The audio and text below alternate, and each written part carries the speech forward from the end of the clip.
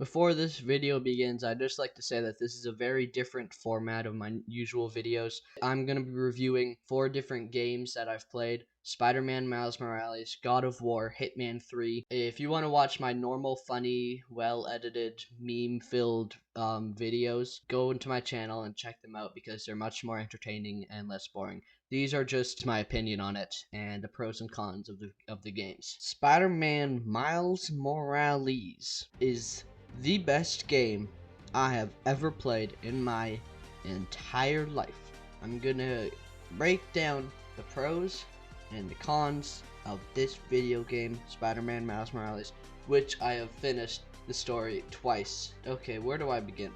So, what I love about it, the combat is amazing.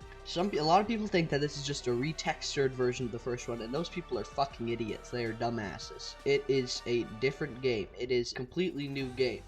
It's everything you'd want from a sequel. It has everything from the original game, but it adds so much more and makes it so much better. A great way to show this is in the original, there are 4 different ways to fight. There is sneaky, very like you have to sneak around and do everything without being noticed. There is where you fight everyone in the air, where it's harder for them to hit you. There's normal, which is what I do, where you're on the ground and fighting and dodging. And then there's using gadgets and webs. People who use that are weird and play way too much. I'm guessing they're usually Xbox players. They play too much shooters and they think that this game is a shooter. It's not. It's a fighting game, okay? And they added something new to every single style of fighting in Spider-Man Miles Morales, except for the gadget ones. Let me get there.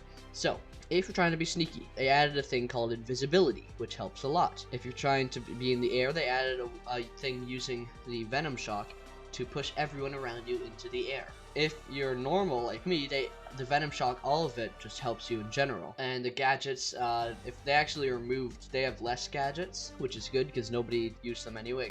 The music is amazing. It's so good.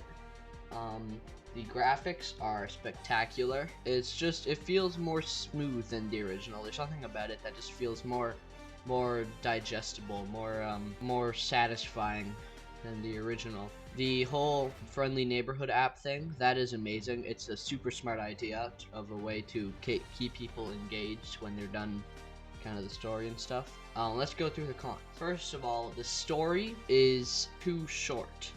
I'm guessing that they're going to be releasing some DLCs just like in the first Spider-Man, but it's too short. Spoiler if you haven't played it. The whole thing with the Tinkerer being Miles' friend who I can't even remember her name because she wasn't really that memorable. It was pretty predictable. I was like, oh, that's definitely her. The story's over too quickly. You're like, oh my god, what? It's over already? When with the first one, it was really long and the ending was really very emotional and very satisfying, and it was very nice. Now I'm gonna review God of War. I also finished this game during the holiday. Well, it was free on PlayStation Plus, so I picked it up. It's very good. It's supposed to be one of the best PlayStation games ever. I can see why. It's very good. I don't like the whole upgrading and gear. That's annoying. It took me so long to figure out. The combat's very smooth and extremely brutal, but it's very good. I know this game came out like 4 years ago or something, but I just played it now and I wanted to do a review on it, so shut the fuck up, I didn't ask. So yeah, it's a great game. The story's very good, perfect amount of time, great ending. Doesn't really give you that much stuff to do when you're done the story. And again, I don't like the gear and dungeon crawler kind of theme to it, but it's pretty cool. The combat's great. It gives you it makes boss fights seem really long, but they're over right when you're starting to get bored. Like the moment I'm starting to get bored of the boss fight and the patterns that you have to do, it's over. But it doesn't make it too short that you didn't get to experience everything. It makes it dramatic and fun, but right when you're starting to get bored of it, it's over. So that's great. All the characters have different types, like the villain, Buck or something, I can't remember his name. He is kind of crazy, and really emotionally unstable. It's all pretty cool, and it just adds up to a great mixture of a game. Definitely think you should play it if you haven't already. Next game is Hitman 3. I haven't played Hitman 1 or 2.